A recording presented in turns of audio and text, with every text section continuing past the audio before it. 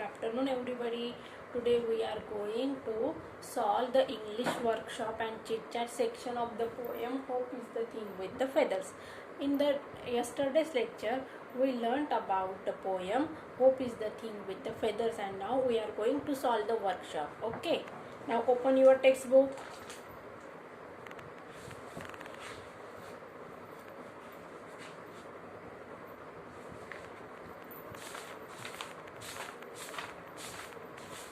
सगळ्यांनी textbook open केलेत का? बघा, पेज नंबर काढा 14. त्यातलं वॉर्मिंग अप चिटचॅट सेक्शन काढा. मी तुम्हाला पहिले पण सांगितलं होतं, आता परत सांगते. चिटचॅट सेक्शनमधले प्रश्नांची उत्तरं तुम्ही तुमच्या वहीमध्ये नोट डाऊन करायची आहेत, कारण तुम्हाला डायलॉग रायटिंगमध्ये यातेच प्रश्न विचारले जात असतात. चिटचॅटमधलं पहिलं, do you ever feel nervous? प्रश्न विचारलाय, तुम्ही कधी नर्वस म्हणजे काय, निराश होतात का? तुम्ही लिहू शकतात, yes I feel nervous sometime. Do you ever feel really depress?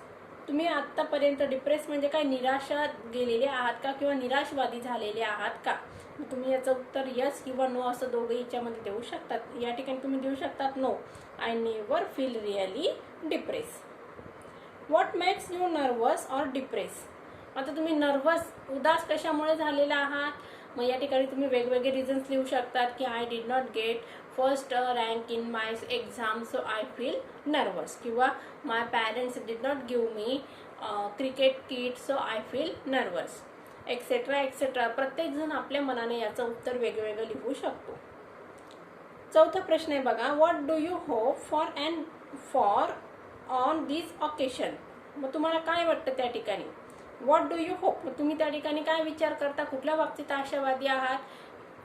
समजा तुम्ही लिहिलं की I did not gate cricket kit so I feel nervous, मग तुम्ही लिहिणार in my next birthday my parents will surely give me cricket kit. In the next exam I will surely get the first rank in the class. असे उत्तरं तुम्ही त्या ठिकाणी लिहू शकता. Have you hope for something that you knew was difficult? तुम्हाला वाटते की ही गोष्ट कठीण आहे, पण तुम्ही त्याबद्दल होपफुल आहात का? Yes I feel hopeful for each and everything. या ठिकाणी तुम्ही देऊ शकतात की I want to become a doctor and to become a doctor is very difficult thing but I hope that I will become a doctor. What do you have to do to fulfil your hopes? मग तुम्हाला काय करावं लागणार आहे? I will have to, if I want to fulfil my hopes I want to study hard and I want to be practical, hard work and sincere in my curricular. Okay, अशा प्रकारे तुम्ही याचं उत्तर लिहू शकता. आता आपल्याला बघायचं आहे इंग्लिश वर्कशॉप, पेज नंबर 15 वरचं पहिलं, मॅच द फॉलोइंग. होप, गेल, मॅचिंग करायची. तुम्हाला ए कॉलम दिलेला आहे, बी कॉलम दिलेला आहे. आता ए कॉलम मधला प्रश्न आहे बघा, होप. होप म्हणजे काय? मग याचं उत्तर आहे बघा एफ, बर्ड. होप म्हणजे दुसरं काही नसून काय आहे, बर्ड आहे. पहिल्याचं उत्तर लिहा एफ. दुसरं बघा, गेल ऑर स्टॉर्म, त्याचं उत्तर आहे डिफिकल्टीज ऑर प्रॉब्लेम. दुसऱ्याचं उत्तर आहे ए. तिसरं आहे बघा, कीप वॉर्म, तिसऱ्याचं उत्तर आहे ई.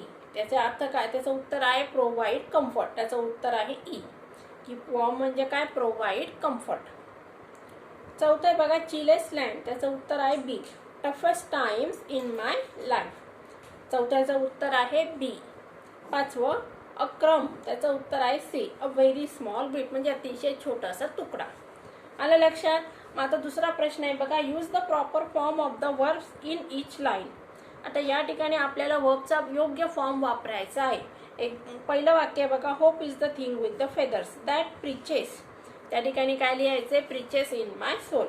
याला काय लावायचंय, व्हर्बला इयस लावायचं आहे. सेकंड याचं उत्तर आहे बघा, अँड सिंग्स, त्या सिंगच्या ठिकाणी काय करायचं, यस लावायचं. Sings in the tune without the words and never stops, STOPS, त्या ठिकाणी काय करायचं, स्टॉप्स ॲट ऑल. आले लक्षात? म्हणजे या ठिकाणी काय करायचंय, तुम्हाला पहिल्या याच्यात वर्बला यस लावायचं आहे आणि दुसऱ्या आणि त्या तिसऱ्या उत्तरामध्ये फक्त यस लावायचं आहे. आता तिसरा प्रश्न बघूया, read the examples and fill in the blanks in the same pattern. Sweet, sweeter, sweetest. बघा या ठिकाणी डिग्रीचा फॉर्म आहे. ज्यावेळेस आपण डिग्री ऑफ कंपॅरिझन शिकणार आहोत त्या ठिकाणी तुम्हाला या ॲडजेक्टिव्हचे तिघं फॉर्म पार्ट असणं किंवा समजणं अतिशय महत्त्वाचं आहे. आता या ठिकाणी पहिला फॉर्म आहे बघा ॲडजेक्टिव्हचा, म्हणजे पहिला फॉर्म म्हणजे पॉझिटिव्ह डिग्री, दुसरा फॉर्म म्हणजे कुठला आहे तो कंपॅरेटिव्ह डिग्री, आणि तिसरा फॉर्म म्हणजे काय सुपरलेटिव्ह डिग्री. बघा मी तुम्हाला एकदा समजावून सांगते.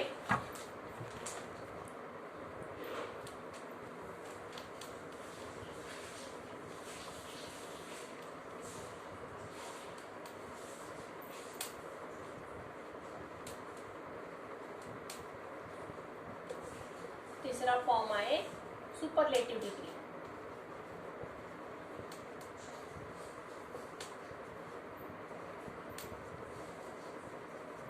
आता या ठिकाणी बघा याच्यामध्ये ऍडजेक्टिव्ह त्याच्या बेस फॉर्म मध्ये असतो. ऍडजेक्टिव्ह असतो बेस फॉर्म मध्ये. या ठिकाणी काय लागतं, ER लागत असतं. ऍडजेक्टिव्हला काय लागतं, ER.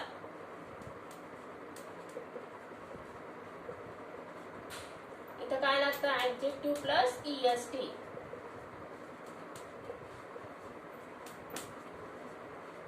आता जर तुम्हाला डिग्री ओळखायला आला परीक्षेला प्रश्न, तर ऍडजेक्टिव्ह जर त्याच्या बेस फॉर्म मध्ये असेल त्याला काय म्हणायचं, पॉझिटिव्ह डिग्री.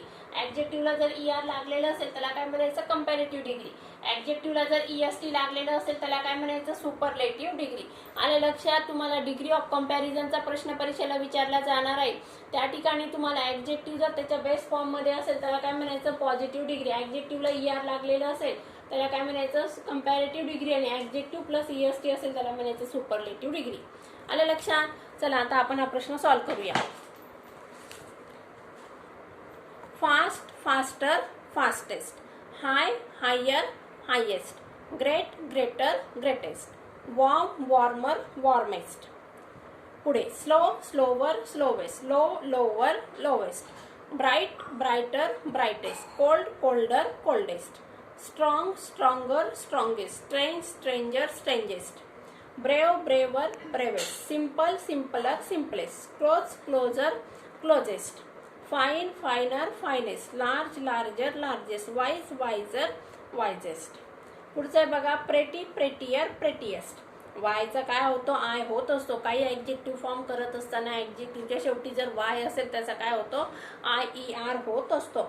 IEST. कंपॅरेटिव्ह डिग्रीमध्ये IER आणि सुपरलेटिव्ह डिग्रीमध्ये IEST होत असतो. आता बघा नास्टी, नास्टियर, नास्टीएस्ट.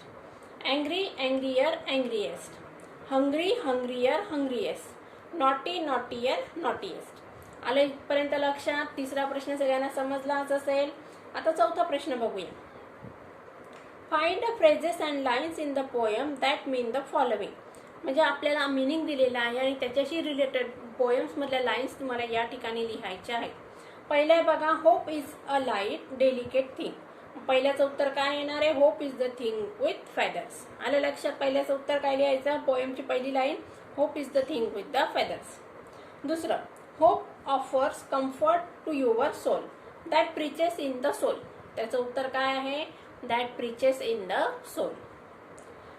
काही होत नाही ना, सगळ्यांना लिहिता येतं ना व्यवस्थित. तिसरं hope is not a wordy thought, it is more like feeling and emotion. बघा मग त्याचं उत्तर काय आहे, and sings the tune without the words. Emotions म्हणजे काय, भावना. आपण भावना शब्दांद्वारे व्यक्त करत असतो, पण या ठिकाणी काय सांगितलंय बघा, hope is Verde thought not a wordy thought. Verde म्हणजे काय, शब्दांद्वारे व्यक्त होणारे विचार. मग या ठिकाणी त्याचं काय, सिंग्स विदाउट ट्यून म्हणजे न बोलता तो गाणे गात असतो. ही त्याची रिलेटेड लाईन झालेली आहे. पुढचं in the most difficult times hope offers the greatest comfort. अतिशय संकटाच्या वेळी होप काय करत असते, आपल्याला कम्फर्ट देत असते. याचं उत्तर काय बघा, and sweetest in the gale is heard. चौथा ई बघा, hope is not easily defeated and never stop at all. त्याचं उत्तर काय, नेव्हर स्टॉप ॲट ऑल. पुढे बघूया, hope has given comfort to many people. त्याचं उत्तर आहे that kept so many warm. शेवटचं बघा G, hope lives on in very hard times even when it gets nothing from you yet never in extremity. त्याचं उत्तर काय आहे, yet never in extremity. आलं लक्षात. आता पाचवा प्रश्न बघूया. We can relate many of our feelings and experience to events or things in nature. Which of our feelings or experience can we relate to the following? Darkness. Darkness म्हणजे काय? Fear. Darkness काय? Fear किंवा depression किंवा nervousness. Second, sunrise म्हणजे काय? Progress. Sunrise म्हणजे काय? Progress, beginning, happiness. Okay, progress और बिगिनिंग. सनशाईन म्हणजे काय? हॅपीनेस. सनशाईन म्हणजे हॅपीनेस. पुढे रेनबो म्हणजे काय? Feeling grace, happiness, feeling of happiness or grace. पुढे डार्क क्लाउड्स म्हणजे काय? Trouble, difficulties or problems. Peacock म्हणजे काय? ब्युटी. आता स्टॉर्म म्हणजे काय? Danger, troublesome condition. Light shower म्हणजे काय? A little Joy. Light shower म्हणजे काय? A little Joy. अर्थक्वेक म्हणजे काय? परत मग संकट, प्रॉब्लेम, डिफिकल्टीज, हार्डशिप. डॉन म्हणजे काय? Hope, desire, beginning of the hope or desire. Dusk म्हणजे काय? End of the sorrow. Flood म्हणजे काय? परत सॉरो. आले लक्षात? आता 6वा प्रश्न बघूया. Write in few lines about an experience of your own where you scored in your exam much more than you hope for. what did that experience teach you? बघा, तुम्हाला प्रश्न आहे, मी परत एकदा सांगते, पर्सनल रिस्पॉन्सचा प्रश्न तुमच्या प्रश्नपत्रिकेमध्ये विचारलेला असतो. अशा प्रकारचे प्रश्न तुम्हाला विचारलेले असतात, त्याच्याशी रिलेटेड प्रश्न आहे. बघा, तुम्हाला या ठिकाणी प्रश्नाचा अर्थ समजणं महत्त्वाचं आहे. अर्थ जर समजलं तर तुम्ही व्यवस्थित त्याचं उत्तर लिहू शकता. फ्यू लाईन्समध्ये लिहायचं आहे अबाउट अन एक्सपिरियन्स, तुमचा एक अनुभव लिहायचा आहे, of your own where you scored in your exams much more than you hope for. म्हणजे तुम्ही काय केलंय? कमी, म्हणजे तुम्हाला जेवढी अपेक्षा होती त्याच्यापेक्षा तुम्ही जास्त मार्क्स तुमच्या एक्झाममध्ये मिळवलेले आहेत.